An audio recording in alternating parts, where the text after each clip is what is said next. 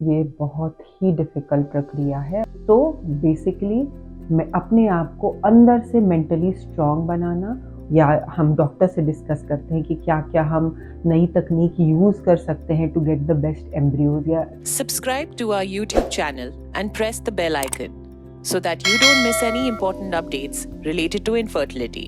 आप सभी को मेरा नमस्कार। मैं एक फर्टिलिटी स्पेशलिस्ट हूँ, आईवीएफ स्पेशलिस्ट हूँ, लेकिन मैं ऐसा बिल्कुल नहीं बोलूँगी कि आईवीएफ एक बहुत आसान प्रक्रिया है। ये बहुत ही डिफ़िकल्ट प्रक्रिया है और बहुत पेशेंस के बाद बताते हैं कि अपने पूरी जीवन में ये एक सबसे डिफ़िकल्ट मेडिकल प्रोसीजर है जो उन्होंने फेस किया है। और मैं इस बात से पूरी सहमत हूँ। स्पेशली फीमेल पार्टनर को बहुत कठिनाइयों से जाना पड़ता है एक आईवीएफ प्रोसीजर कराने में और उसमें सक्सेसफुल होने में। हम एज अ पेशेंट बहुत सारे इमोशनल टर्मोइल से गुज़रते हैं, इस ट्रीटमेंट से पहले, इस ट्रीटमेंट के दौरान, इस ट्रीटमेंट के बाद में। तो मैं स्टेप बाय स्टेप इन पे कुछ डिस्कस करूँगी जो शायद आपको थोड़ा हेल्प कर दे। तो जब हम आईवीएफ के लिए जा रहे हैं तो आप किन प्रॉब्लम से, किन बातों से परेशान हो रहे हैं, ये आपको पहले समझना पड़ेगा। यूजुअली आईवीएफ के लिए वही पेशेंट जाते हैं जिनको बच्चा नहीं हो रहा होता है, तो वो सोशली थोड़े ऑकवर्ड होते हैं। वो किसी से सोशलाइज नहीं करना चाहते, दोस्तों के बीच नहीं जाना चाहते, जहाँ बच्चे होते हैं उन गैदरिंग्स को अवॉइड करते हैं, बिकॉज सब फिर वही क्वेश्चंस उनसे पूछते हैं। तो इन सब तरह की बातें हमें बताते हैं कि what they are facing emotionally. तो पहले तो ज़रूर मतलब ये एक बहुत बैड फीलिंग है, लेकिन हमें ये समझना है कि सब इंसान अपने अपने चैलेंजेस से गुज़रता है। आपके लिए ये एक चैलेंज है ना? तो इसको हमें पॉजिटिवली लेना है। एटलीस्ट आज इसका एक ट्रीटमेंट उपलब्ध है और उस ट्रीटमेंट के लिए आपको आगे बढ़ना है। तो बेसिकली मैं अपने आप को अंदर से मेंटली स्ट्रॉन्ग बनाना और दूसरों की चीज़ों से अफेक्ट नहीं होना, ये पहला स्टेप होगा।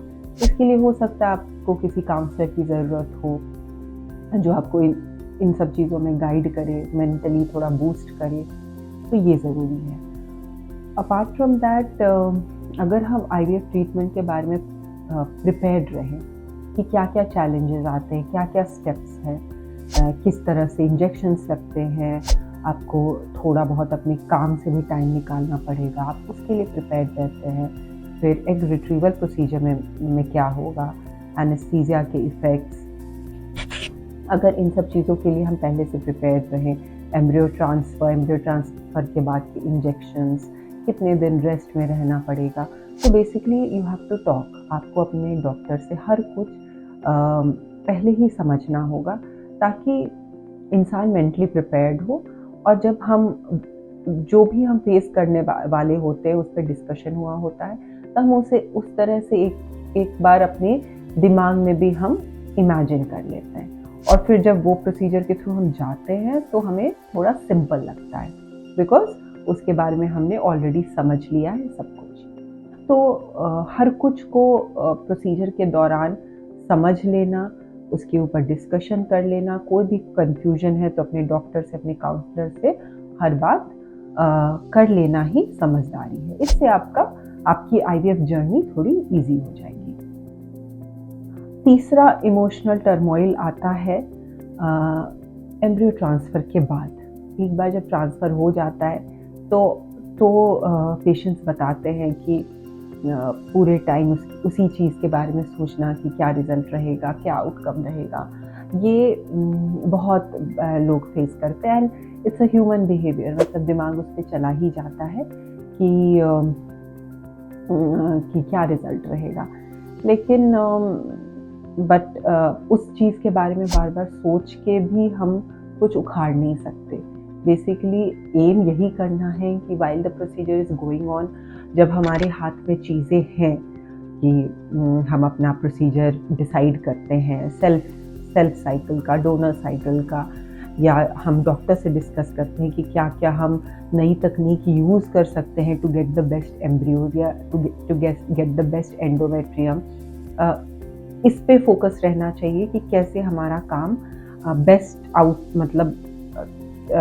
आउटकम इन टर्म्स ऑफ जो चीज़ें हमारी कंट्रोल में है उसको हम कर पाए। For more information, visit our website www.indraivf.com or call 1-800-309-4410.